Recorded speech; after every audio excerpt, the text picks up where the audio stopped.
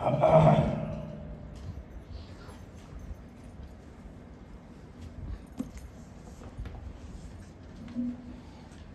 अनिटस नहीं है? क्या नहीं? अनिटस।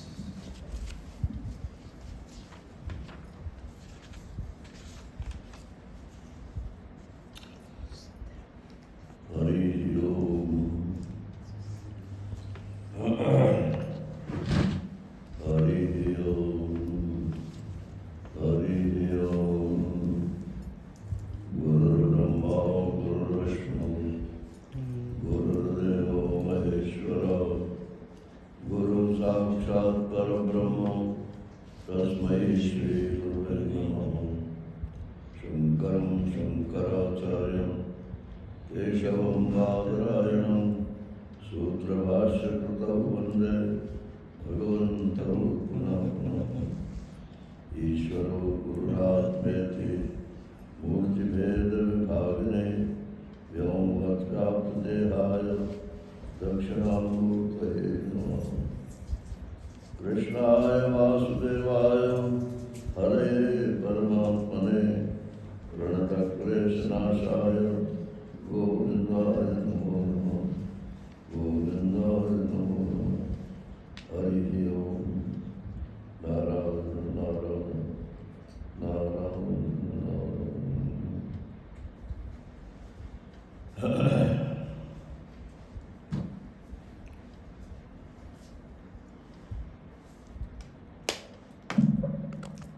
भगवान श्री शंकर भगवान पार्वती जी को ज्ञानोपदेश कर रहे हैं।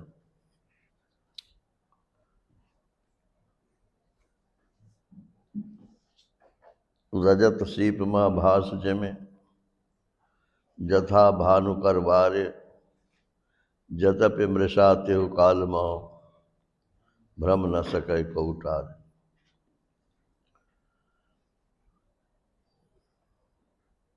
जैसे सीपी में चांदी का भ्रम हो जाता है और सूर्य की किरणों में जैसे पानी मृग तृष्णा का जल का भ्रम हो जाता है। ये मृषा हैं, झूठे हैं, लेकिन फिर भी इस भ्रम को कोई टाल नहीं सकता।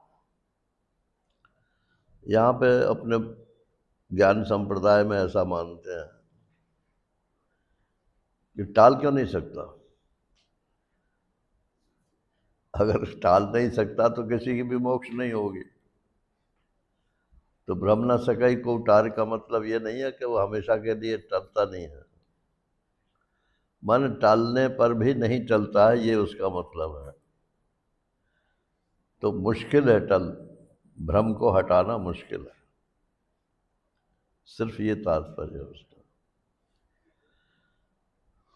और वैष्णव लोग ऐसा भी मानते हैं कि एक दफ़े आपको पता चल गया कि यहाँ रस्सी है, सांप नहीं है, लेकिन फिर उधर से निकलोगे फिर आपको सांप का भ्रम हो जाएगा। तो इसके उत्तर में ज्ञान मार्ग वाले कहते हैं कि वो भ्रम नहीं होगा। एक दफ़े फिर आपको मालूम पड़ेगा कि सांप है, दूसरे क्षण आपको मालूम पड़ेगा कि अरे ये तो रस्सी है, सांप है ही नहीं, था ही नहीं सांप, न था और न इस समय है। तो ऐसा नहीं है कि भ्रम न सके को टार का मतलब कोई टाल नहीं सकता है।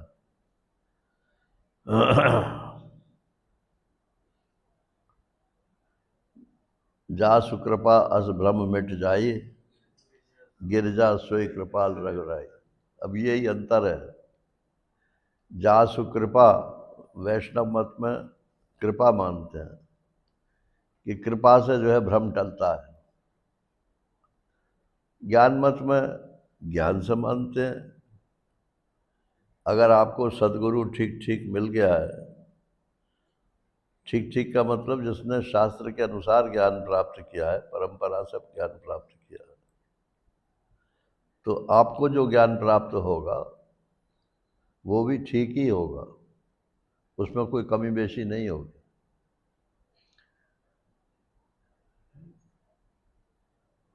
अभी कहीं पढ़ा था मैंने, कहाँ था, महाराज श्री की जो थी ग्रंथ था, उसमें था कि जब ईश्वर की कृपा होती है तो ईश्वर गुरु रूप में प्राप्त होता है।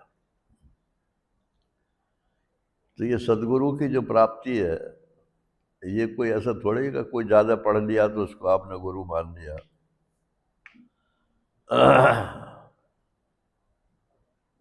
प्राइमरी में भी पढ़ाने वाले गुरु कहलाते हैं, और अंत तक पीएचडी कराने वाले तक भी गुरु कहलाते हैं। सिर्फ डीलिट में गुरु की ज़रूरत नहीं होती है, क्योंकि स्वयं ही गुरु हो जाता है। लेकिन यहाँ तो बिना गुरु के आप कुछ कर नहीं सकते। इसका क्या प्रमाण है कि जो आप जानते हो वो ठीक जानते हो? अपने अपने मत से तो सभी विद्वान हैं। बोले नहीं, फलानी किताब में लिखा है कि ऐसा ठीक है। तो किताब को हम शास्त्र नहीं मानते नारायण। किताब का नाम शास्त्र नहीं है। शास्त्र एक परंपरा है।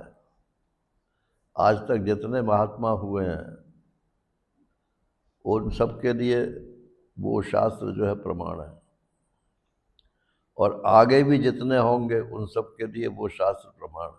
वो किताब होती तो कूड़े खाने में पड़ी होती है अभी तक।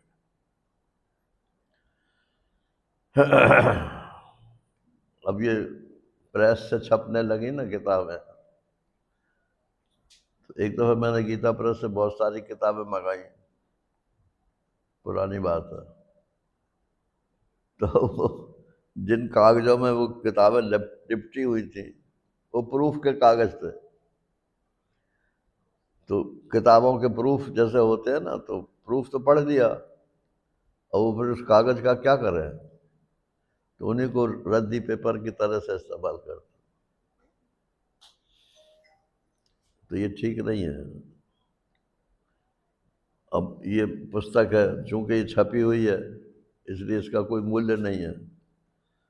और पहले लोग क्या करते थे, हाथ से लिखते थे या परंपरा से प्राप्त होती थी, ये हमारे गुरुजी ने दी है, ये किसी ने दी है, और उसको फिर वेस्टर्न में लपेट करके रखते थे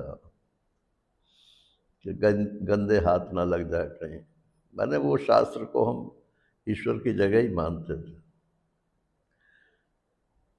तो सदगुरु जो होता है वो ईश्वरी ही होता है। तो जिसको सदगुरु की प्राप्ति हो जाती है उसको जो ज्ञान होता है वो ठीक ठीक ज्ञान ही होता है। उसमें ऐसा नहीं है कि कच्चा ज्ञान हो गया फिर कुछ और देवता की जरूरत हो,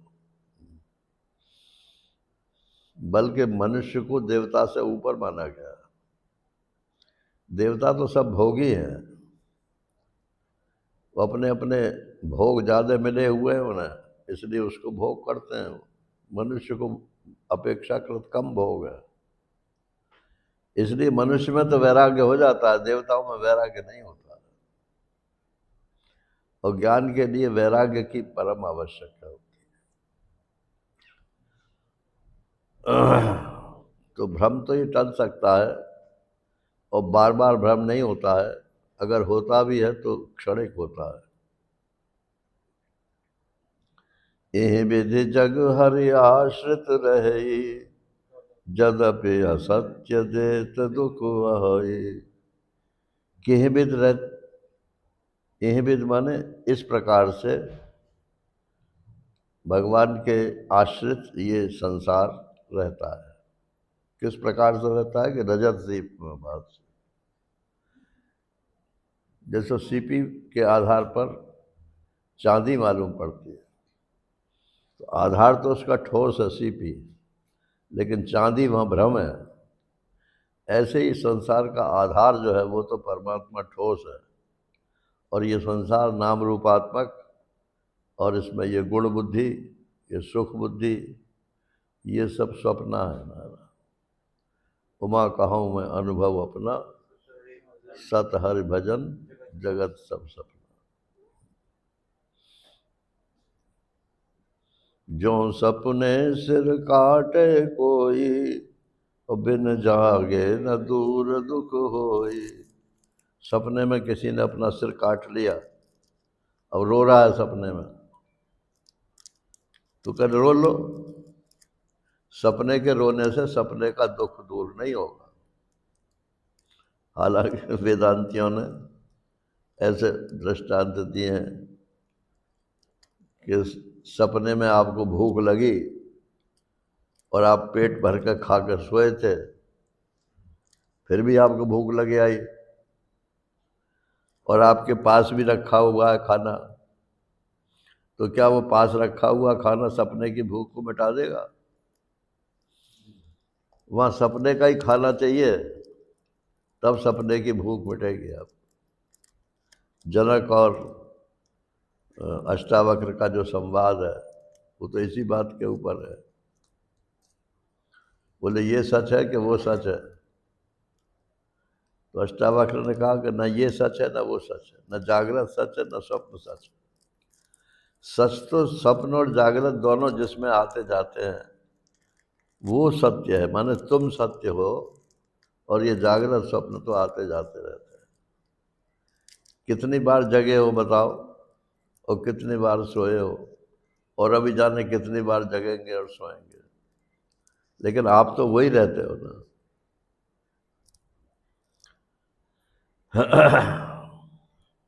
तो बिन जागे न दूर दुख होए।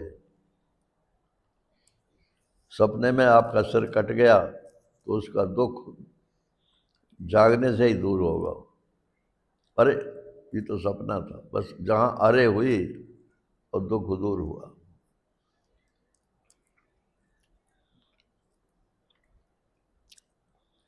पहले जब मैं छोटा था तो जासूसी कहानियां बहुत पढ़ता था, उपन्यास। तो उसमें जासूस फंस जाता था, तो अब फंस गया तो निकले कैसे?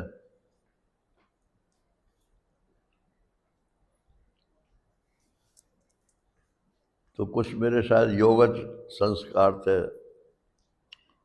तो मैं सपने में ही क्या करता, मतलब मैं खुद जासूस बनता था सपने में, और मैं फंस गया वहाँ, तो मैं क्या करता था तो पालती मार कर बैठ गया और प्राण को ऊपर चढ़ाया और शू आकाश मार्ग से निकल गया। तो जो दुश्मन लोग होते थे वो तो उसी लेवल पे होते थे, लेकिन निकल जाने के बाद आँख खुल गई। तो आँख खुल गई तो मालूम पड़ा कि ना वहाँ दुश्मन थे ना वहाँ दोस्त थे, ना तुम जो शू करके बाहर निकले तुम, ना तुम वहाँ आसन आसन लगा कर बैठे। तो इस संसार के जितने भी सुख और दुख हैं,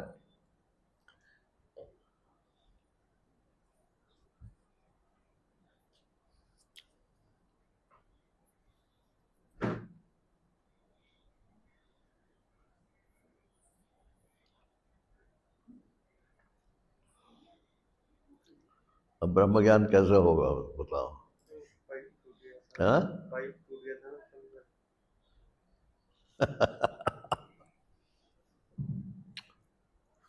ब्रह्म ज्ञान में नार नर करे न दूसर बात।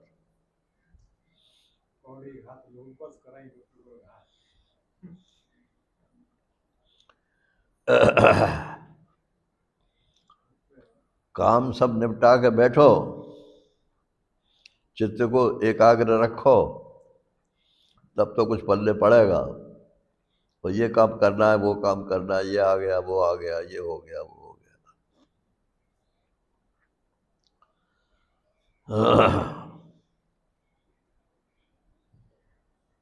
तो बोले जग गए? क्या जग गए? इस संसार का भ्रम मिट गया कि नहीं? कि अभी तो नहीं मिटा। तो नहीं मिटा तो या तो तुम्हारे ज्ञान में कमी है, और या तो तुमने पहले कर्मोपासना नहीं की है। तो अब कर लो, अगर पहले नहीं किए तो। जासु कृपा अस भ्रम मिट जाए, गिर जा सोई कृपाल रघुराई। भगवान की कृपा कब होती है नारायण? जब मनुष्य चाहता है। कुछ उसमें कृपा के घुसने के लिए स्थान तो हो।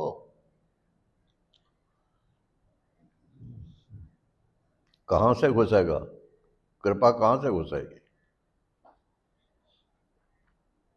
दिमाग लगा हुआ दुनिया के कामों में, मन लगा हुआ परिवार के कामों में, हाथ पैर लगे हुए हैं संसार के भोग विलास में। अब कृपा के घुसने के लिए तो कोई स्थान ही नहीं है। बोले कृपाई क्या हुई फिर? वो कृपाई सब हल कर लेगी, अपना रास्ता बना लेगी। ये गलत बयानी मत करो। हर चीज के नियम होते हैं ना।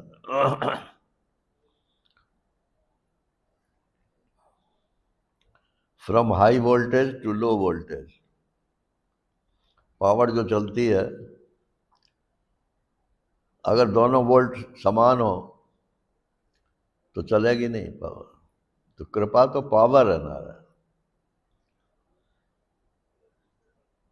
और आपकी जो मांग है कृपा की, वो लो वोल्टेज में होनी चाहिए। मैं बिना कृपा के मर जाऊं तो कृपा उतर जाएगी। और बोले कि नहीं आएगी तो नहीं आएगी, हम तो तत्व ज्ञान प्राप्त कर लेंगे, तो कृपा नहीं उतरेगी। गुरु कृपा भी नहीं उतरेगी। गुरु कृपा और ईश्वर कृपा दोनों एक ही चीज। गुरु कृपा माध्यम है ईश्वर कृपा के उतरने का।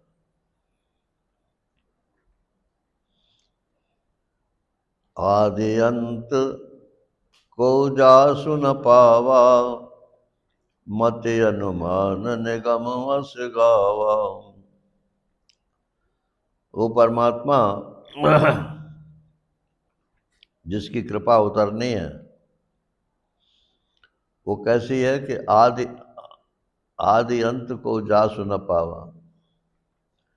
अनंत होने के कारण न उसकी आदि है और न अंत है।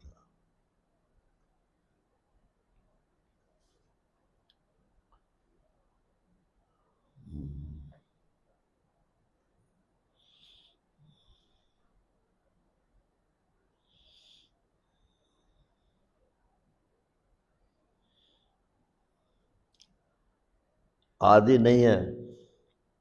मैंने कृपा कहाँ से शुरू हुई?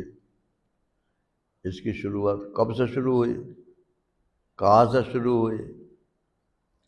किस पर से शुरू हुई? किस हेतु से शुरू हुई? कुछ पता नहीं। और कब तक ये कृपा का खेल चलता रहेगा ईश्वर का? जब तक जीव की डिमांड रहेगी तब तक चलता रहेगा। वो भी अनंत है। तो इधर इधर अनादि है और इधर अनंत है। न इधर का कोई किनारा है, न इधर का कोई किनारा है। प्रभु मूरत कृपामयी है। जासु कृपा अस भ्रम मिट जाई, गिरजा सोई कृपाल रघुराई। फिर भी मत अनुमान निगम अस गावा। लेकिन बुद्धि से अनुमान करके निगम माने वेद ने ऐसा गाया है। कृपा के बारे में नहीं गाया, कृपा जिसकी है उसके बारे में गाया, भगवान ईश्वर की। बिन पद चलय सुनय बिनु काना, मति अनुमान निगम कर बिन कर्म करे विधि नाना। ये श्वेताश्वतर उपनिषद के मंत्रों का अनुवाद है। बिन पद चले, अब साधारण अर्थ तो इसका यही है कि बिना पैरों के चलता है।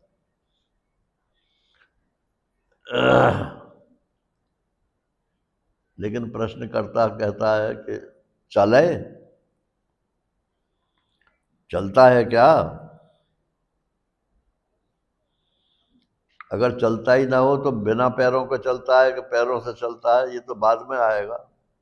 पहले तो तुमने ये मान लिया कि चले, चलता है।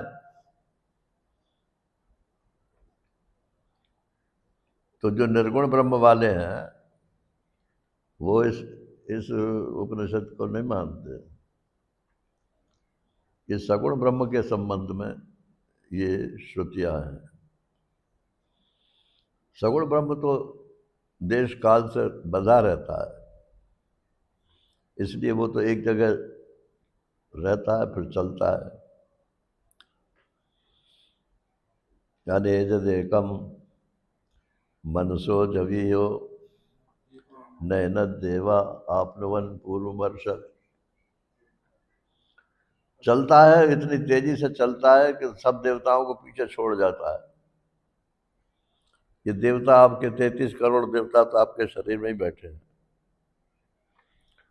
और आत्मा जो है इन सबका आधार है, आश्रय है। तो आंख का देवता सिर्फ देखता है और सुनता नहीं है, और कान का देवता सिर्फ सुनता है, देखता नहीं है। लेकिन ये जीवात्मा जो है ये देखता भी है और सुनता भी है। तो कौन अनंत है नारायण? आंख अनंत है कि कान अनंत है कि जीव अनंत है? जीव ही अनंत हुआ ना। तो बिन पद चले, वो चलता तो है लेकिन बिना पैरों के चलता है। अर्थात पैरों से चलने की जितनी क्रिया है वो जिसके आश्रय से होती है वो परमात्मा है। सुनई बिन काना, बिना कान के ही सुनता है। अब मेरे कान से मुझे तो अनुभव ही हो रहा है खैर कि कब सुनता हूँ मैं। लेकिन मान लो बिल्कुल नहीं सुनता कोई, मेरे को सुनाई नहीं पड़ता। किसको सुनाई नहीं पड़ता? जिसको पहले खूब सुनाई पड़ता था उसी को अब सुनाई नहीं पड़ता। वो कौन है? वही तो जीव है ना। जीव को ही खूब सुनाई पड़ता था और जीव को ही अब कम सुनाई पड़ता है या बिल्कुल नहीं सुनाई पड़ता। और ये जीव ब्रह्म ही है, परमात्मा ही है। तो ये बिना कान के सुनता भी है और बिना आँख के देखता भी है, बिना हाथ के करता भी है, और आनंद रहित सकल रस भोगी। उसके मुंह नहीं है खाने का, फिर भी सब कुछ वही खाता है। भगवान ने तो कहा है 15वें अध्याय में, अहम वैश्वानरो भूत्वा प्राणिनाम देहमाश्रिता प्राणापान समायुक्त पचाम्यन्नम चतुर्विधम। मैं ही खाता हूँ, मैं ही मांग रहा हूँ भोजन दो मेरे को। 5वें अध्याय में भी है ना, भोक्तारम व्यक्ति तपसाम, हाँ? भोक्तारम व्यक्ति तपसाम सर्वलोक महेश्वरम। नहीं, वो दूसरी चीज है।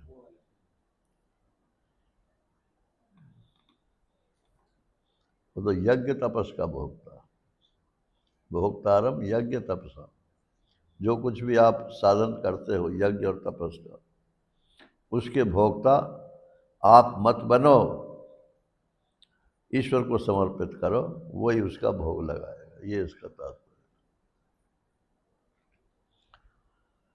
अगर आप भोग ना लगाओ तो ईश्वर नहीं देगा। ऑटोमेटिक नहीं है वो भोगता। जब आप भोग लगा देते हो कि मैं नहीं, आपका है, तो कहता ठीक है मेरा है। तो आनंद रहित सकल रस भोगी और बिन वाणी वक्ता बड़ जोगी। उसकी वाणी नहीं है लेकिन बहुत बड़ा वक्ता है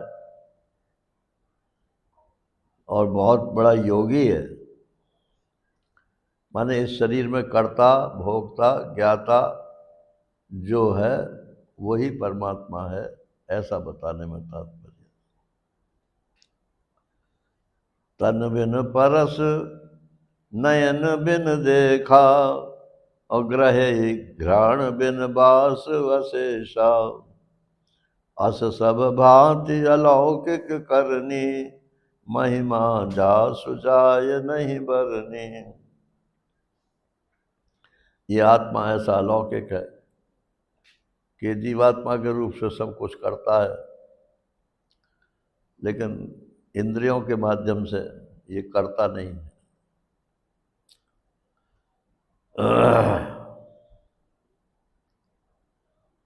यही उसकी अलौकिकता है कि करता भी है और नहीं भी करता है, भोगता भी है और भोगता भी नहीं है, ज्ञाता भी है, ज्ञाता भी नहीं है, प्रमाता है, प्रमाता भी नहीं है। कल कोई पूछ रहा था कि दृष्टा और साक्षी में क्या फर्क है।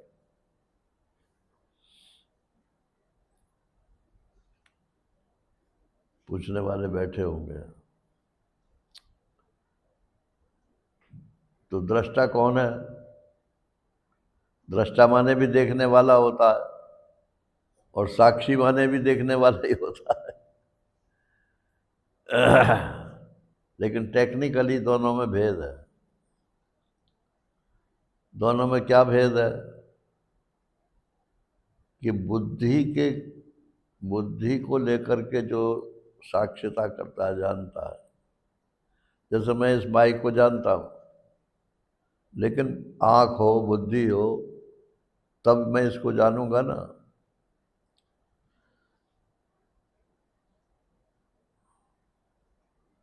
तो ये दृष्टा है, जानने वाला का नाम दृष्टा है। दृष्टा माने करण सापेक्ष दृष्टा, और साक्षी माने करण निरपेक्ष दृष्टा। मुझे दिखाई नहीं पड़ता, तो दिखाई नहीं पड़ता, ये तो दिखाई पड़ता है ना, ये तो मालूम पड़ता है। बुद्धि से नहीं मालूम पड़ता, ये तो ठीक है, लेकिन ये बुद्धि से नहीं मालूम पड़ता, ये कैसे मालूम पड़ता है? तो साक्षी जो है वो बिना किसी हथियार के, यंत्र के जानता है, और दृष्टा जो है वो बिना बुद्धि के नहीं जानता। तो जागृत का दृष्टा, स्वप्न का दृष्टा, सुषुप्ति का दृष्टा नहीं, साक्षी। क्योंकि सुषुप्ति में कोई कारण नहीं रहता। जानने का जब कोई कारण नहीं है तो वहाँ दृष्टा शब्द का प्रयोग नहीं होगा, वहाँ साक्षी शब्द का प्रयोग होगा। और जहाँ करण सहित साक्षिता है, वहाँ दृष्टा कह दो तो भी वही बात है, और साक्षी कह दो तब भी वही उसी साक्षी को ब्रह्म का है। बात। उसी साक्षी को ब्रह्म का है।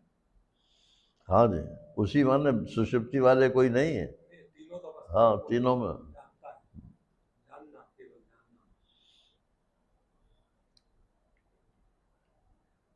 माने वो परिच्छिन्न नहीं है। ब्रह्म कहा है का मतलब वो परिच्छिन्न नहीं है, देश काल वस्तु से परिचित। देश काल वस्तु से कटा हुआ नहीं है।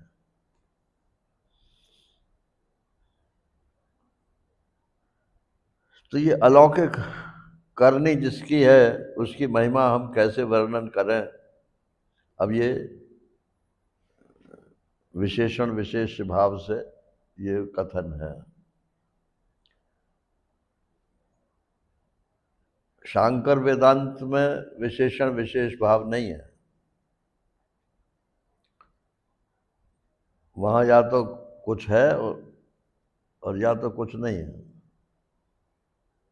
विशेषण के सहित उसमें कुछ खासियत आ जाती हो, ऐसा नहीं। आँख है तो भी देखने वाला है, और आँख नहीं है तो भी देखने वाला है। विशेषता किस बात की आएगी? आँख का जो विषय है उस विषय के विशेषता आएगी, देखने की विशेषता नहीं आएगी। जे इमि गावहि वेद बुध जाहि धरे मुन ध्यान। सोई दशरथ सुत भगत हित कौशलपति भगवान। वेद और बुद्धिमान माने ज्ञानी लोग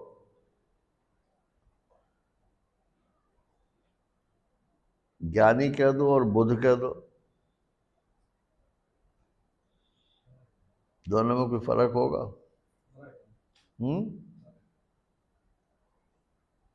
क्या कह रहे?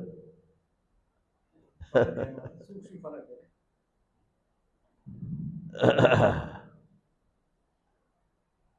कोई भी ज्ञान हो बिना बुद्धि के नहीं होता है। निषेध ज्ञान भी बुद्धि से ही होता है और विधेय ज्ञान भी बुद्धि से ही होता है।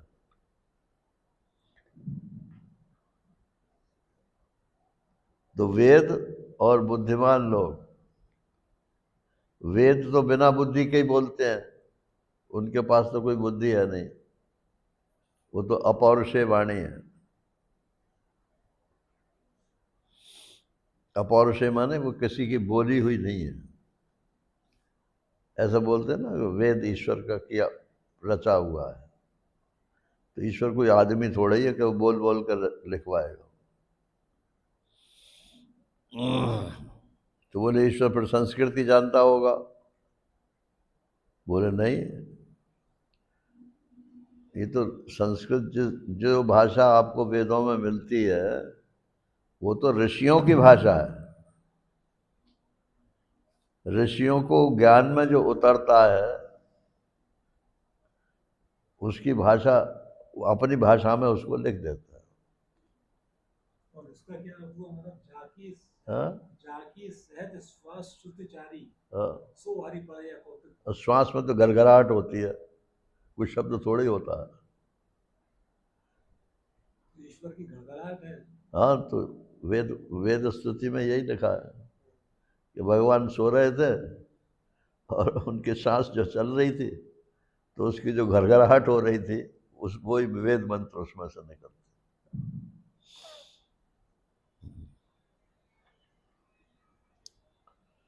तो उसमें अर्थ नहीं होता है, उसमें सिर्फ ध्वनियाँ होती हैं।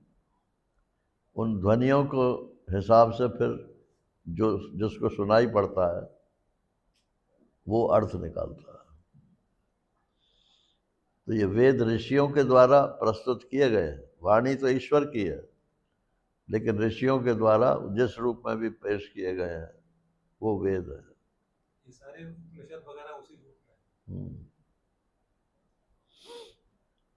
महाराष्ट्री का एक लेख है, वेद की अपौरुषेयता का सिद्धांत, काफी लंबा लेख है। अपौरुषेय माने किसी पुरुष के द्वारा बनाया हुआ वेद नहीं। तो वेद तो नहीं है, लेकिन जो भाषा मिलती है वो पुरुष की ही है। एक दफा महाराज श्री ने मेरे से पूछा, तुमको कोई वेद मंत्र ज्ञात हुआ है? मैंने कहा जी हमारे ऐसे कहाँ भाग्य है कि आपको वेद मंत्र ज्ञात होगा। कि नहीं नहीं, हीन भावना करने की जरूरत नहीं है, ये तो चित्त की सूक्ष्मता का एक स्तर है, उस स्तर में वेद मंत्र सुनाई पड़ता है। तो सिर्फ शब्द है, वहां अर्थ नहीं है। गिरा अर्थ जल बीच सम कहियत भिन्न न भिन्न। तो शब्द भी है और अर्थ पता नहीं चलता है। तो जो ऋषि की बुद्धि है वो इतनी सूक्ष्म हो चुकी है कि वो उसके वास्तविक अर्थ को पकड़ लेती है। कानपुर में जेके मंदिर बनाया ना, तो उस पर 2 मंत्र लिखे हुए हैं। वो महाराज श्री कहते हैं कि हमको ये स्वप्न में उच्छलित हुए थे, तो हमने उठ करके लिख लिए और वो वहाँ मंदिर पर लिखवा दिया। और ये जो 13वां अध्याय का प्रवचन है ना, ब्रह्म ज्ञान और उसकी साधना, उसमें वो दोनों मंत्र लिखे हुए हैं, दोनों मंत्र लिखे हुए हैं। हालांकि उसमें कोई फिलॉसफी नहीं है, लेकिन जो भाषा है वो वैदिक भाषा है।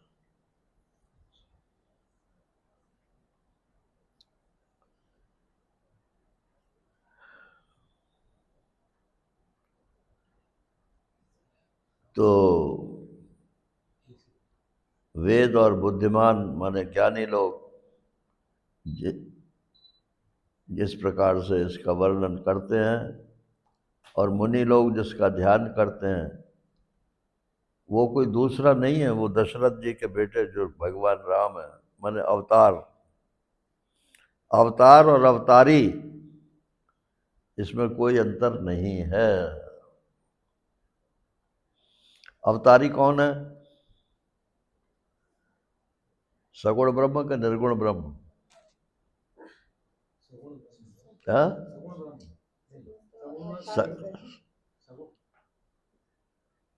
निर्गुण ब्रह्म नहीं, सगुण ब्रह्म।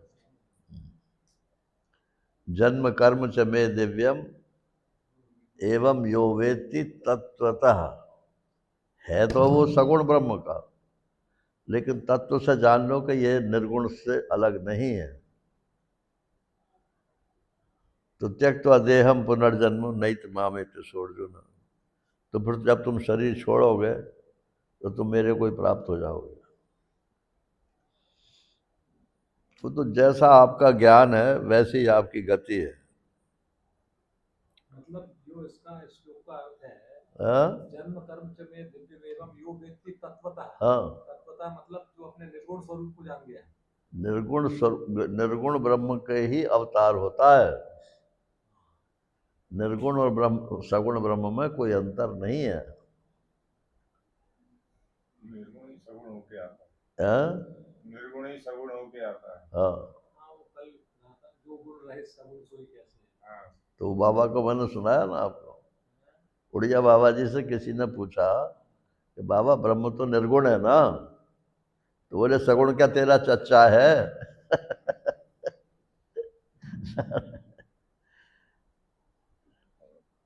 निर्गुण ब्रह्म सगुण होए कैसे, जिम हिम उपल बिलग नहीं जैसे। वो भी वो आया उसमें आया अरण्य कांड में, निर्गुण ब्रह्म सगुण रहे कैसे, फूले कमल सो सर जैसा। नहीं, वो तो क्या नाम है, बारिश के मौसम के उत्प्रेक्षा अलंकार है, वो फिलॉसफी नहीं है।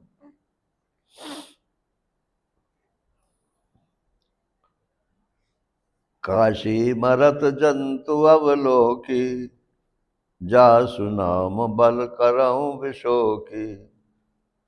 अब ऐसी मान्यता है कि काशी में आदमी मरे, जंतु माने कोई भी जो पैदा हुआ है,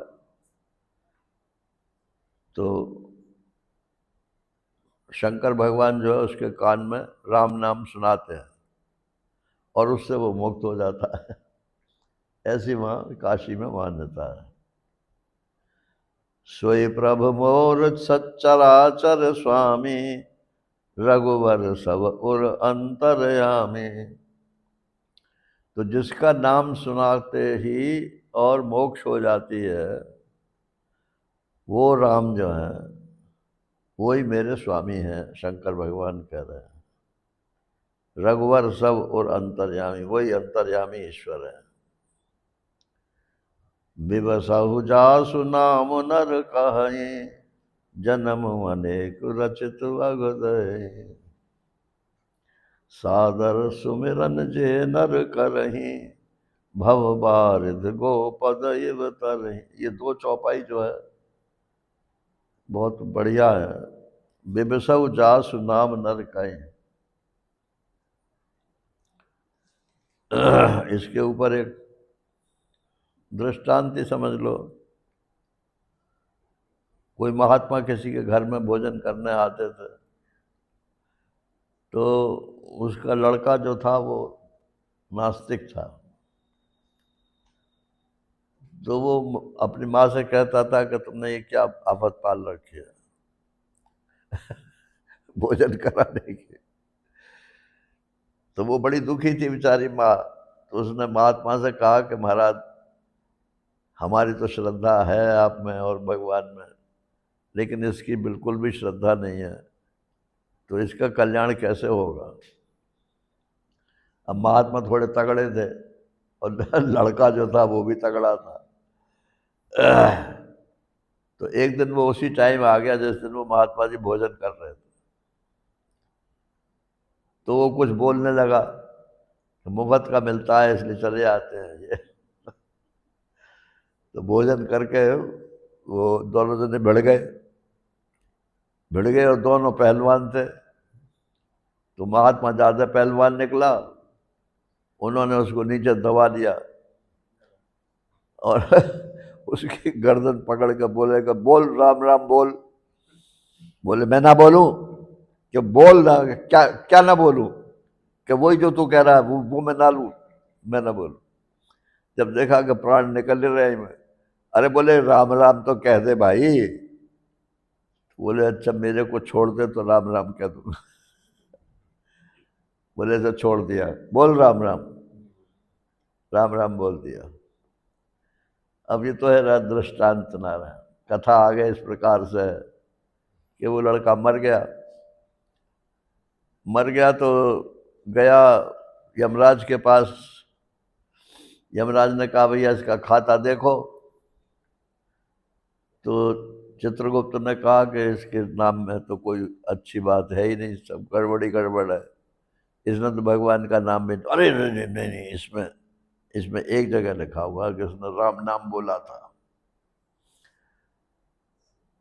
तो यमराज ने कहा कि अच्छा ठीक है, राम राम बोला था।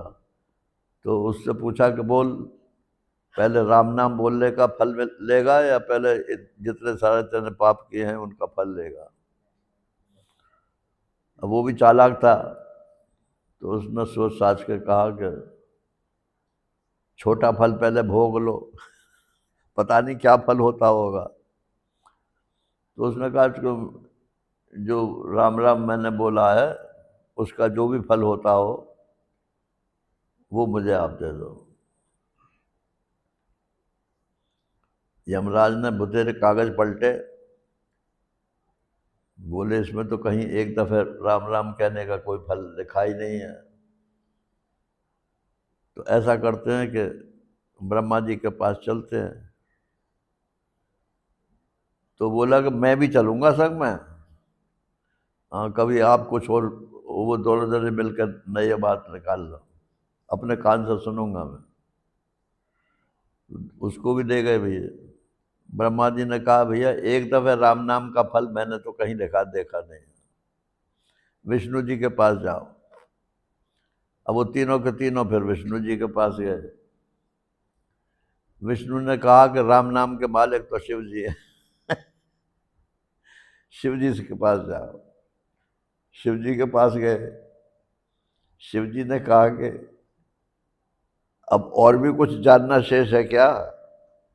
एक दफे राम नाम बोलने से ब्रह्मा जी के दर्शन हो गए, शंकर भगवान के दर्शन हो गए, विष्णु भगवान के दर्शन हो गए।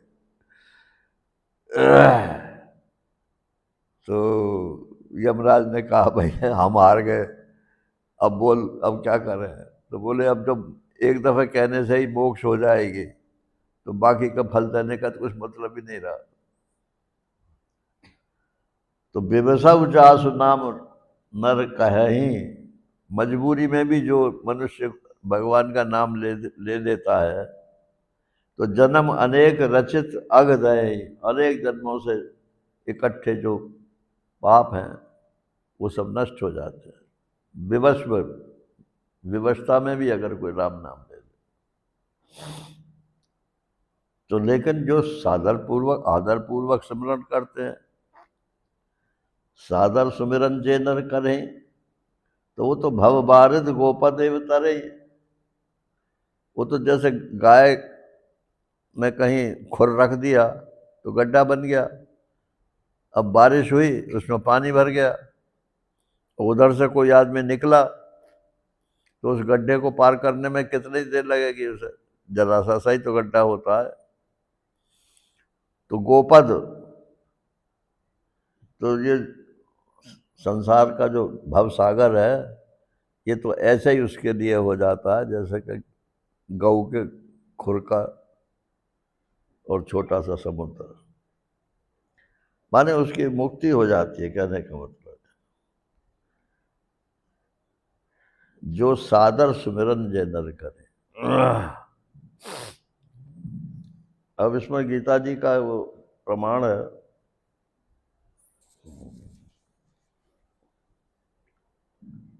अपिचेत सुदुराचारो भजते माम अनन्य भाग साधुरेव समन्तव्य सम्यक व्यवस्थितो हि सः। कितना भी दुराचारी क्यों ना हो, अपिचेत सुदुराचार, सु लगा देने का मतलब दुराचार की हद है। तो कितना भी दुराचारी क्यों ना हो, यदि उसने ये निश्चय कर लिया कि अब मुझे दुराचार नहीं करना और मुझे तो भगवान की तरफ चलना है, माम अनन्य भाग, तो भगवान कहते हैं मैं अपने रजिस्टर में से उसका नाम दुराचार्य में से हटा देता हूँ। काय में लिख देता हूँ कि साधुओं के लिस्ट में नाम लिख देता हूँ। साधुरेव समन्तव्य। साधु शब्द का अर्थ होता है शाबाश। साधु का मतलब ये कपड़े वाला साधु नहीं, शाबाश, इतना बढ़िया निश्चय किया इसने कि पाप वृत्ति छोड़ दी और अब मैं परमात्मा के लिए ही जीऊंगा। सम्यक व्यवस्थित हो ऐसा, उसकी निश्चय जो है बहुत सम्यक अच्छी है। अच्छा, तो इसका क्या परिणाम होगा? क्षिप्रम भवति धर्मात्मा, वो बहुत जल्दी धर्मात्मा बन जाएगा। शाश्वत शांति निगच्छति, और अंत में जाकर के फिर शाश्वत शांति प्राप्त हो जाएगी। इसका ये ऐसा अर्थ नहीं करना चाहिए कि इधर छोड़ा और इधर भगवान का नाम लिया और इधर उसे शाश्वत शांति प्राप्त हुई, ऐसा अर्थ नहीं होता। सब सारे पापड़ बेलने पड़ते हैं।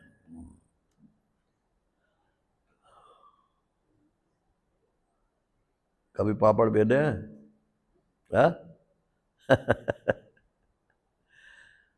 बहुत बहुत मुश्किल से पापड़ मिलता है। अभी तो मुहावरा बना महाराज, अभी तो मुहावरा बन गया। नहीं, अब तो कोई घर में बनते ही नहीं है, अब तो सब बने बनाए बाजार में बनते हैं।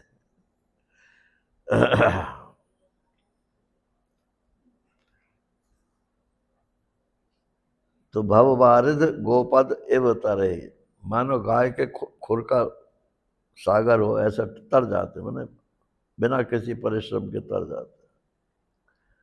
राम सो परमात्मा भवानी, तह ब्रह्म अति अविहित तव बानी। ये जो तुम बार बार पूछती हो कि वो राम है, भगवान है कि राजा का लड़का है और मनुष्य है कि ईश्वर है, मनुष्य है तो फिर ईश्वर कैसे, और ईश्वर है तो सीता जी की खोज क्यों करता है, ये जो तुम बार बार पूछती हो ना, ये भ्रम है तुम्हारा। जो खुद परमात्मा ही है उसको और किसी तरह से स्वीकार करना, ये भ्रम के अलावा कुछ नहीं है। और वो भ्रम क्यों है? क्योंकि तुमने सत्संगत नहीं की है। अरे दक्ष प्रजापति की बेटी थी सती। दक्ष प्रजापति कौन है? कर्म का देवता है दक्ष प्रजापति। नाम ही उसका प्रजापति है।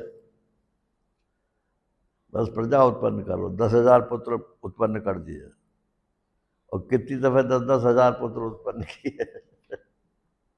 उसमें और कोई काम ही नहीं है, संतान पैदा करो। ब्रह्मा जी का यही आदेश था।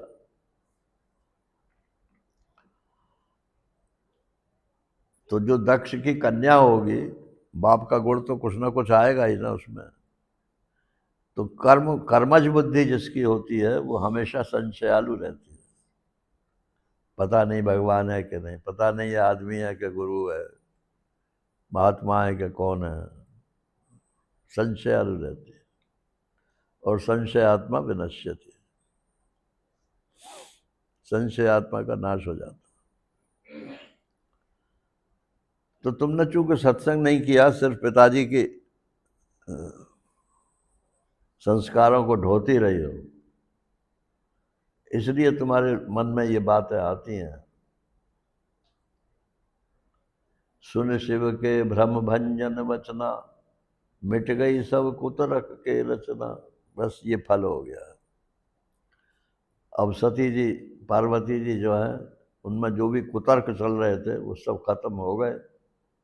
भाई रघुपति पद प्रीति प्रतीति, दारुण असंभावना भी थी। ये संभावना, असंभावना और विपरीत भावना, ये वेदांत में 3 भावना कहलाती है। संभावना माने शायद जीव ब्रह्म हो, असंभावना जीव ब्रह्म नहीं हो सकता, विपरीत भावना जीव ब्रह्म है ही नहीं, हो सकता क्या मतलब, है ही नहीं, वो तो जीव ही है। ये विपरीत भावना। तो ये सब सत्संग ना करने से ही होता है।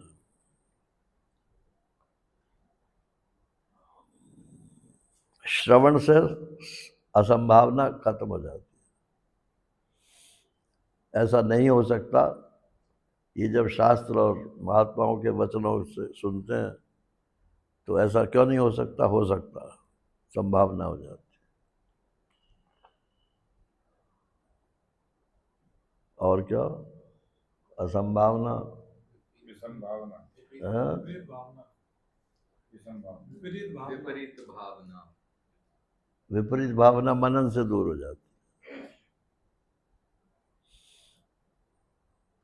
ये नहीं निधिध्यासन से, निधिध्यासन से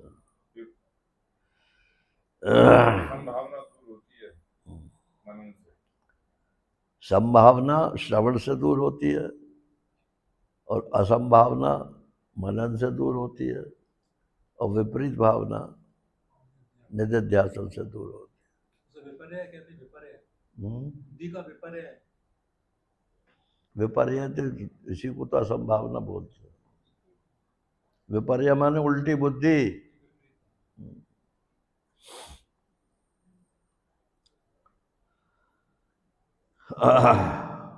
ये प्रसंग यहाँ पूरा हो जाता है।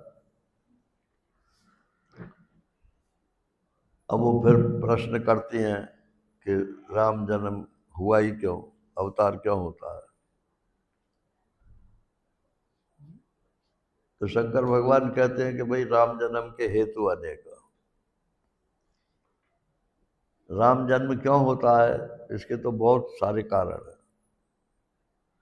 तो इदमित्थम कहे जाए ना सोए, लेकिन इसी वजह से होता है ऐसा कोई नहीं कह सकता। तो कुछ एक कारण मैं तुम्हें बता देता हूँ।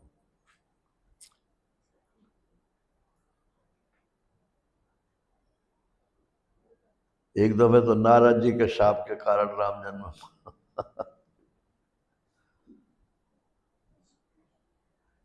बोले शाप के कारण, और वो भी नारद जी। नारद जी तो भगवान के परम भक्त हैं, वो भगवान को शाप देंगे क्या। तो कहते हैं कि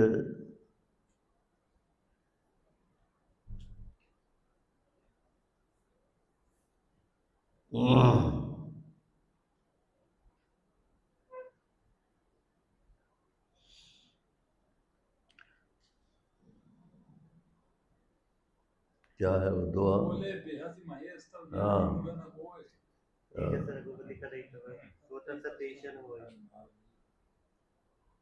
बोले बेहस महेश तब ज्ञानी मूढ़। ये उनको भगवान के परम भक्त नारद जी उनके लिए आक्षेप कर दिया ना उसने, पार्वती ने, कि वो तो परम भक्त थे, उन्होंने शाप क्यों दे दिया। जी और कह दिया महाराज काम प्राप्त रमापति की ना। नारद जी का कुछ दोष नहीं है। तो भगवान जो है वो निष्ठा है ना भगवती की नारायण भगवान भक्त का अपमान नहीं सहन करते। तो उन्होंने कहा अच्छा सुनो,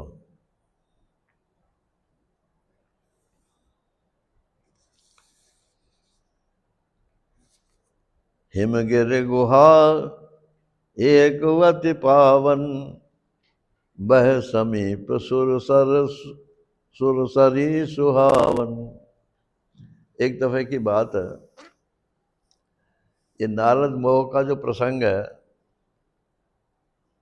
ये केवल इसलिए नहीं है कि थोड़ा मनोरंजक है, बल्कि इसलिए है कि बोले बिहस महेश तब ज्ञानी मूढ़ न को। अब कभी अभिमान मत कर लेना कि हम बहुत बड़े ज्ञानी हो गए ना। जो दूसरों को ज्ञान देने लगता है ना, वो अभिमानी है। आपको अधिकार नहीं है किसी को ज्ञान देने का। कोई आपसे पूछे भी तो आप बता तो सकते हो कि भाई ये बात ऐसा मैंने सुनी है, लेकिन ऐसा नहीं कह सकते हो कि नहीं नहीं ऐसा ही है।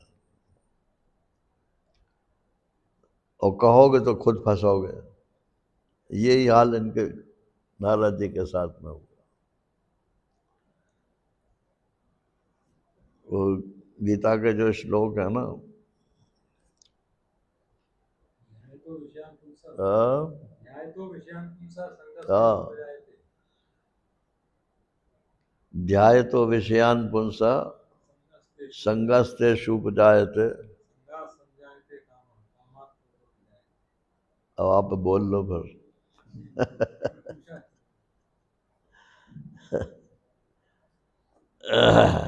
विषयों का ध्यान करोगे तो उससे काम उत्पन्न हो जाएगा।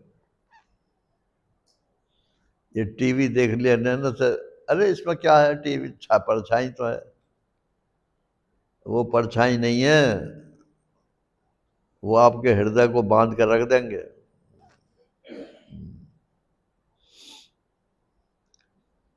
कितना पॉपुलर हुआ वो सास भी कभी बहू थी। सीरियल चला था कि नहीं चला था, और रात को आता था फिर भी बैठी रहती थी, सास भी कभी बहू थी।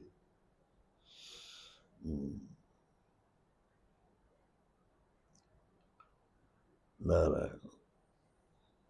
और सब बहू के पक्ष में हो गए। सास भी कभी बहू थी, उस सीरियल को देख देख के महिलाएं जो है सब बहू के पक्ष में हो गई और सास को गालियां देने लगी। तो टीवी तो देखा तुमने, कहानी तो देखी, वो तुम तो फंस गए बाबा।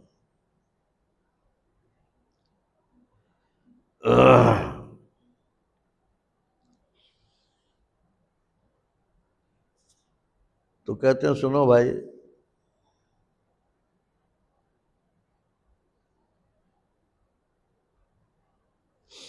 हिमगिर गुहा एक अति पावन। हिमालय पर्वत पर एक बड़ी पवित्र गुफा थी, और वह समीप सुरसरी सुहावन। ये तो गंगा जी के क्षेत्र की बात हो गई। सुरसरी माने गंगा जी भी पास में बह रही थी, तो पवित्र भी हो गई। आश्रय परम पुनीत सुहावा, ये ठीक है, यहाँ पे बैठ के भजन करेंगे। देख देवऋष मन अति भावा। ये देवर्षि हैं, नारद जी जो हैं वो देवर्षि हैं। देवर्षि कौन होते हैं? जो ऋषि भी हों और देवता भी हों। तो पहले ये गंधर्व थे,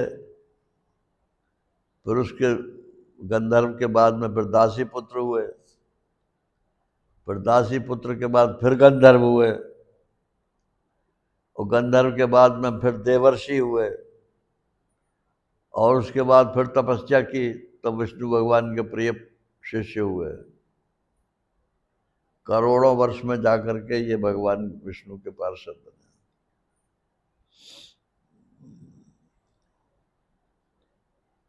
उनका क्या हाल हो रहा है ये बात बताना चाहते हैं। ऐसे देवर्षि नारद जो है वो जब महत्व बुद्धि पूर्वक वासनाओं की तरफ घुस जाते हैं तो उनका क्या हाल होता है ये बता दें। और दो ही वासना है, तीसरी कोई वासना नहीं है,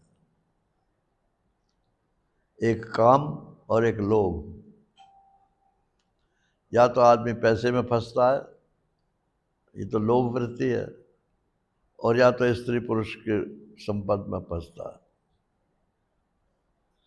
वो कौन था? वो सुखराम नाम था शायद उसका, मिनिस्टर था। हाँ? हिमाचल का था, हिमाचल में था मिनिस्टर। अरे जोर से बोलो।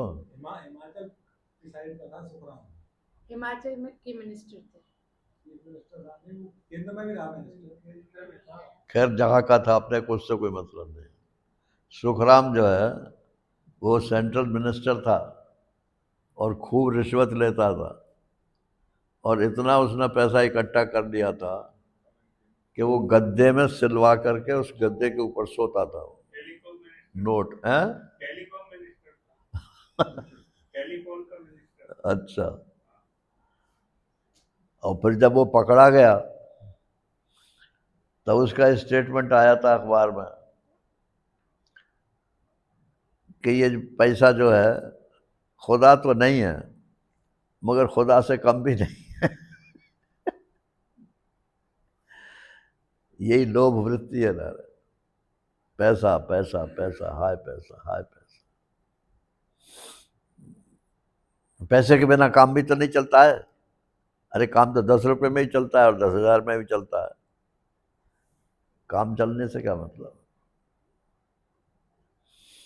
एक मजदूर 500-600 रुपये रोज कमाता है और 4-5 कम से कम उसके घर वाले होते हैं, और उसके सोने बैठने का ठिकाना नहीं होता है, लेकिन वो भी गहरी नींद रात को सोता है।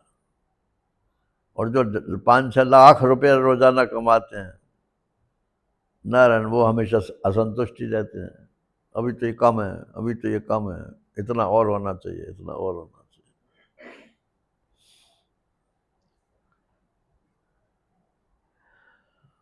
और काम तो सब जानते ही है नारायण, स्त्री को भी काम चाहिए और पुरुष को भी काम चाहिए, एक तरफा नहीं है ये।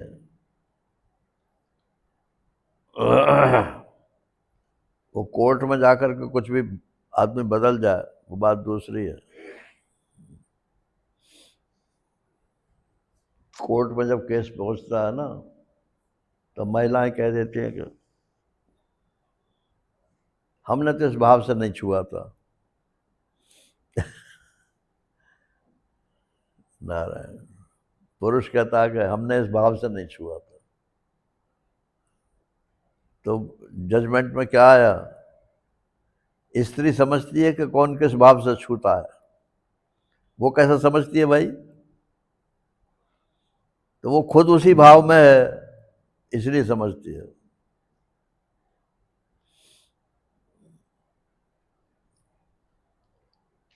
तो ये इश्क वो आतिश है गालिब, जो लगाए ना लगे और बुझाए ना बुझे। गालिब की शेर है कि ये जो काम वासना है ये ऐसी है कि न तो लगाने से लगती है और न बुझाने से बुझती है। मतलब ये जन्मजात है, इसलिए मनुष्य को सावधान रहना चाहिए काम से भी और लोभ से भी। अभी नारद जी क्यों फंसेंगे आगे? ये काम वासना में फंसेंगे। तो वहाँ इन्होंने पर्वत की गुफा में बैठकर तप किया, समाधि लग गई। इंद्र ने कहा कि समाधि लग गई तो अब ये मेरा राज्य ले लेगा, इसलिए इसको समाधि तोड़ो। समाधि तोड़ने के लिए उसने कामदेव को भेजा। कामदेव ने अपना रंग फैला दिया चारों तरफ, लेकिन नारद जी के मन में कोई आक्रोश नहीं हुआ, तो अभिमान हो गया। कामात् क्रोधो विजायते, क्रोधात् भवति सम्मोह। अब सम्मोह आ गया, सबसे कहते फिर देखो मैंने काम को जीत लिया, मेरा कुछ असर नहीं पड़ा। शंकर भगवान ने कहा मेरे से कही तो कही, विष्णु भगवान से मत कहना। हाँ, और जाकर खुद जो है फिर विष्णु भगवान से कहती है। विष्णु भगवान समझ गए कि इसके मन में जो है अभिमान आ गया, तो बोले बेहस चराचर राया, बहुत दिनन की नहीं मुन। अरे नारद जी आप आए हो, बहुत दिन में आए भाई।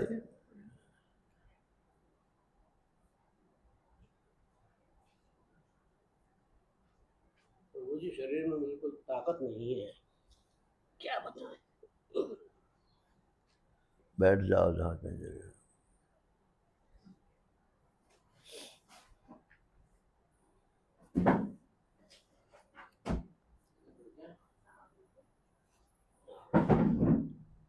बोले बहुत दिन में आए भाई, माने ये व्यंग है। एक दफा मैं कई महीने में महाराष्ट्र से मिलने गया। महाराज जी ने कहा अब की बार तो बहुत देर से आए। तो मैंने कहा 4 महीने तो हुए हैं। तो बोले धत तेरे के, इसका मतलब तेने कभी किसी से प्रेम नहीं किया। तेरे को 4 महीने का अलगाव जो है कोई मालूम ही नहीं पड़ता।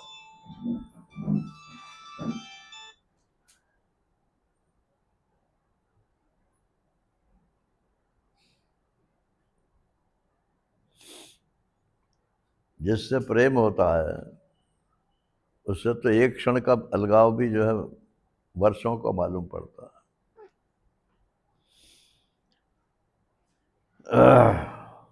तो बोले हाँ महाराज जरा मैं हिमाचल प्रदेश हिमालय में चला गया था, और आपकी कृपा से वहाँ अच्छा रहा सत्संग, और इंद्र ने कामदेव भेजा लेकिन मेरे ऊपर कोई असर नहीं हुआ, आपकी कृपा से। भगवान समझ गए कि किसकी कृपा से है। अभिमान की कृपा से बोल रहा है।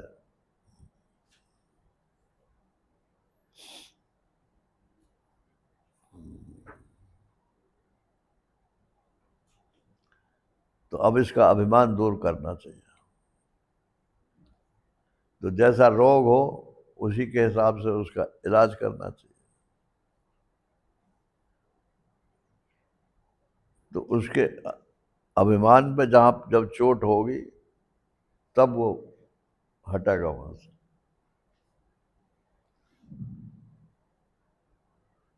करुणानिध मन दीख विचारी, उर अंकुर गर्भ तरु भारी। इसको तो गर्व हो गया भाई। वेग सो मैं डारे आऊं उखारी, अपन हमार सेवक हितकारी। भक्त के हृदय में यदि अभिमान आ जाता है तो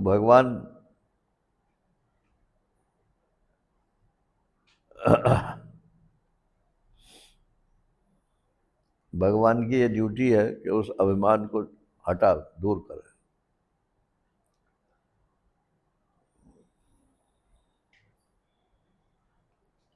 अभिमान आदमी के शब्दों में से भी प्रकट होता है, उसकी चाल से प्रकट होता है, उसकी बातों से प्रकट होता है।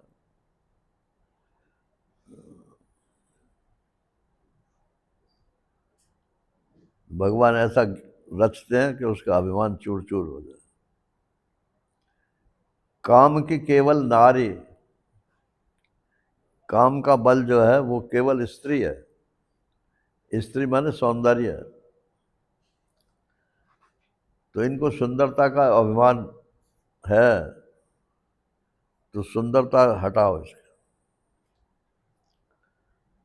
तो उन्होंने अपनी माया से नगर की रचना कर दी और वहाँ एक राजकुमारी आ गई, उसका स्वयंवर हो गया। अब ये भी चाहते थे कि हमारी इस राजकुमारी से शादी हो जाए।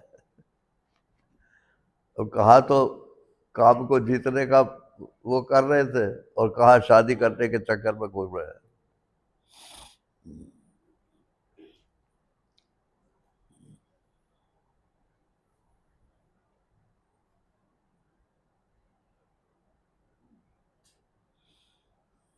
ये शादी शब्द का क्या अर्थ होता है?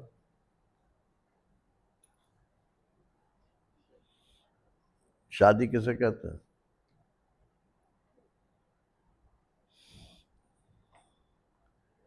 शाद माने खुशी, शादी माने खुशी का समय। तो जीवन में सबसे बड़ी खुशी का समय शादी है, इसके बाद तो बर्बादी है।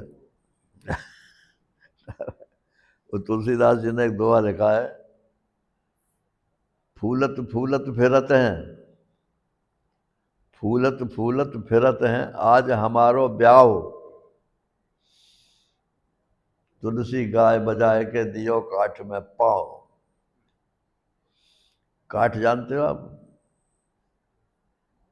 पहले जमींदार लोगों के यहाँ जो मालगुजारी नहीं देता था तो उसको पकड़वा कर मंगवा लेते थे, और एक लकड़ी का स्ट्रक्चर होता था, उसमें उसके पैर ऐसे फंसा देते थे और ये जो है हाथ भी फंसा देते थे, और पीछे ये गर्दन यहाँ रहते थे, और यहाँ जो है एक भारी तोक बोलते थे उसे, वो लटका देते थे। अब या तो गर्दन उसकी टूट जाएगी, मर जाएगा अपने आप ही, या वो हल्ला मचाएगा कि जी मैं मालगुजारी दे दूंगा। ये इसको काठ बोलते हैं, काठ। तो अपनी सारी फ्रीडम छोड़ करके शादी करना चाहता है, तो तुलसीदास कहते हैं कि गाजे बाजे कहाँ बज रहे हैं, कि आज उसकी शादी है, कि शादी है कि काठ में पाँव देना।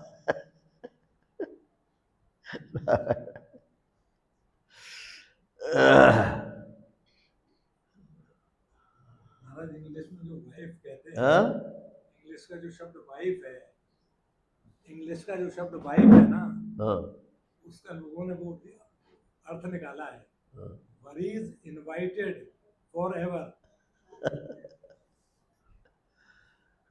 और राधा कृष्ण जी ने अपने इंडियन फिलॉसफी में वाइफ शब्द का दूसरा अर्थ किया है, वो यहाँ मैं नहीं बताऊंगा उसको।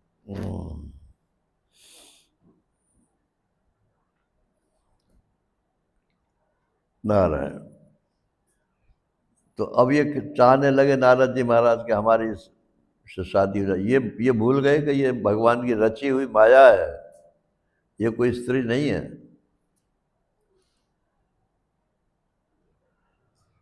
अब वहाँ तो स्वयंवर था, तो जो सबसे सुंदर होगा उसी के गले में माला पड़ेगी। इन्होंने कहा भाई मैं तो सुंदर हूँ नहीं, तो मेरे गले में तो माला पड़ेगी नहीं, तो सुंदरता कहाँ से लाऊं? तो बोले संसार में सबसे सुंदर विष्णु भगवान है।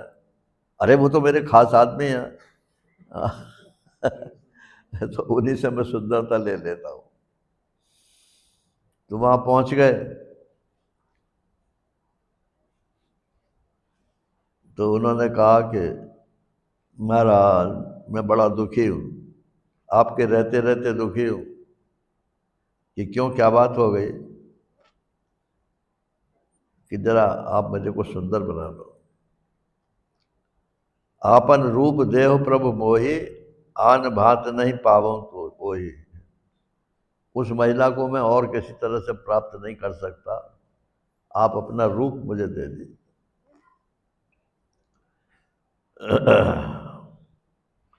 और फिर ये भी बोल दिया कि जिह विधिनाथ होए हित मोरा, करौ सुबेग दास में तो। हमारे एक सत्संगी थे, वो इस चौपाई को बहुत गाते थे, मेरा जिस प्रकार से भला हो सो आप कीजिए। तो मैंने उनसे कहा, मैंने कि आपको अपना भला नहीं दिखता है कि किसमें है?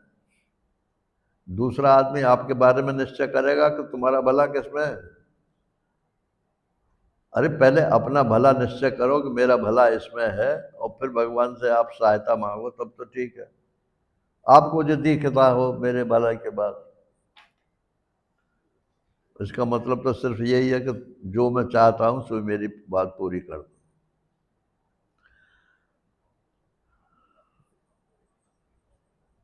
तो भगवान को हंसी आ गई। उन्होंने कहा ठीक है, मैं तुम्हारा हित करूंगा, तुम्हारा भला ही करूंगा। कुपथ मांग रुज व्याकुल रोगी, वैद न दे सुनव मुनि जोगी। अरे योगी जी, आप जो रूप मांग रहे हो तो ये आपके लिए कुपथ्य है। आपका पेट खराब है तो खिचड़ी खाओ ना, माल मलिदा क्यों खाते हो?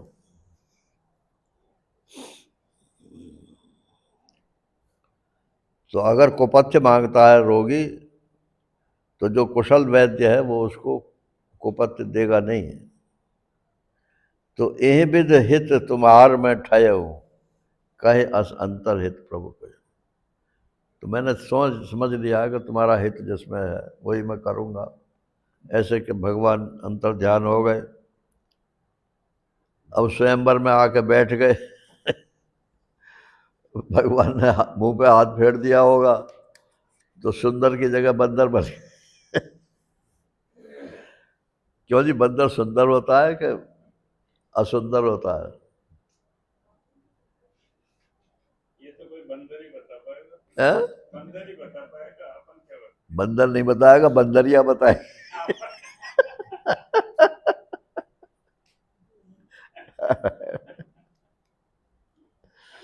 सुंदरता का कोई पैमाना नहीं है,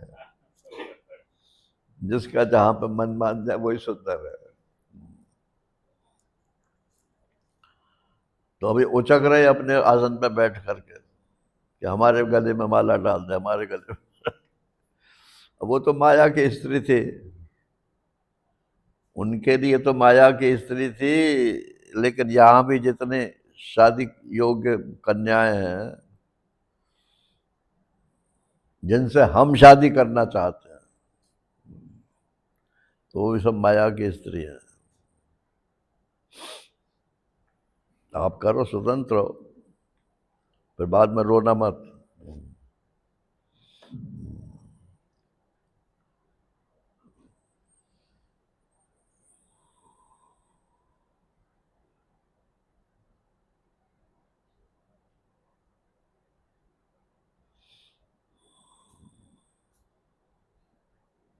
गोपियां भगवान से शादी करना चाहती थी क्या? किसी ने शादी नहीं की, और ना भगवान ने, राधा जी की भी कोई शादी थोड़ी हुई। किसी भी गोपी की भगवान से शादी नहीं हुई, सिर्फ प्रेम किया। और भगवान ने भी सिर्फ प्रेम किया। शादी करने पहुंच गए रुक्मणी के पास, और कितनी शादियां की? 16,108।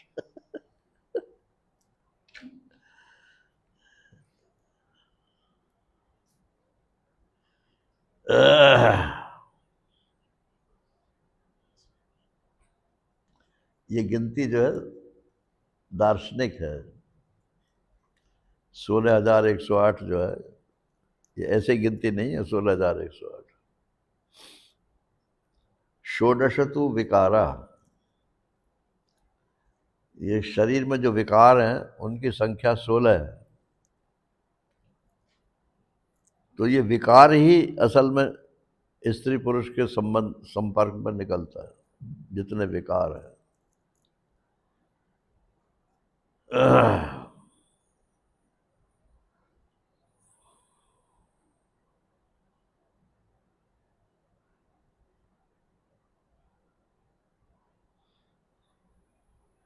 और ये कहाँ से आई थी 16,000? भौमासुर के वहां से आए। हाँ, भौमासुर के वहां से। भौमासुर के यहाँ कहते हैं। भौमासुर कौन है? प्रॉपर्टी डीलर था।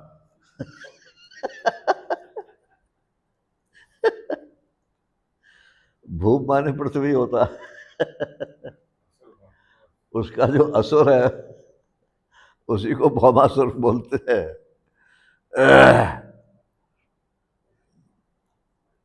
नारायण।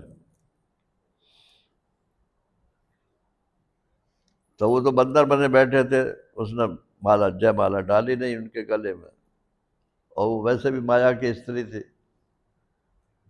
और वो भगवान भी आकर के अपना बैठ गए थे, विष्णु भगवान भी, तो भगवान के गले में माला डाल दी उसने।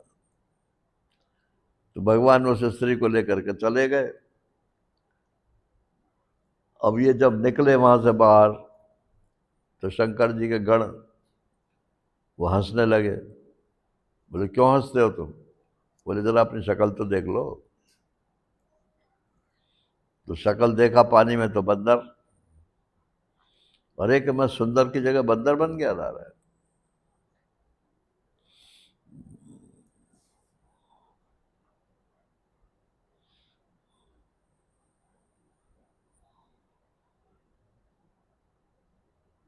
बंध्यो कीर बरकट की नाई। जैसे बंदर चना के लोभ में फंस जाता है। बंदर न सुंदर होता है न कुछ, लेकिन लोभी होता है। तो ऐसे ही शारीरिक सुख के लोभ में मनुष्य फंस जाता है। तो बड़ा उन्हें गुस्सा आया कि मैंने तो सुंदरता मांगी थी भगवान से, भगवान ने बंदर बना दिया। अब देखा आ गए तो भगवान उस महिला के साथ जा रहे थे, वो तो माया की स्त्री थी।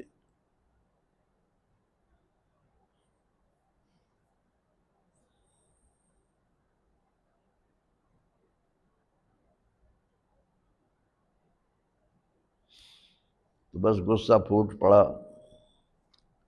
उन्होंने कहा तुमने मेरे को शादी नहीं होने दी तो तुम भी मेरे कारण रोओगे, और शादी तुम्हारी होगी और पत्नी का तुम्हें वियोग होगा, और उस वियोग में तुम रोओगे। और बंदर मुझे बनाया तो बंदर ही तुम्हारी सहायता करेगा। तो पार्वती जी एक दफे तो भगवान ने नारद जी के कारण और राम जन्म दिया, और ये बंदर की लीला करी। भगवान रोए। अरण्य कांड के अंत में भगवान तो बैठे हैं फटक शिला पे, नारद जी आते हैं। वो कहते हैं आपने मुझे शादी करना चाहता था, क्यों नहीं करने दी? ना आप जो मुझे रोकते, ना मैं श्राप देता, ना आज आप ऐसे रोते। तो भगवान ने कहा कि तुम मेरे भक्त हो, तुम्हारी रक्षा करना मेरा कर्तव्य है। तो अयाना बालक हो उसकी रक्षा माँ करती है, और बड़ा बालक हो तो वो रक्षा स्वयं अपना कर देता है। तो तुम ज्ञानी नहीं हो, तुम तो भक्त हो, इसलिए अपनी रक्षा तुम नहीं कर सकते। तो मैंने तुम्हारी रक्षा के लिए ये सारा नाटक किया। तो एक कारण जो है राम जन्म का ये रहा। देखो कल क्या होता है। हरि ओम पूर्णमदः पूर्णमिदं पूर्णात् पूर्णमुदच्यते पूर्णस्य पूर्णमादाय पूर्णमेवावशिष्यते। ओम शांति शांति शांति। हरि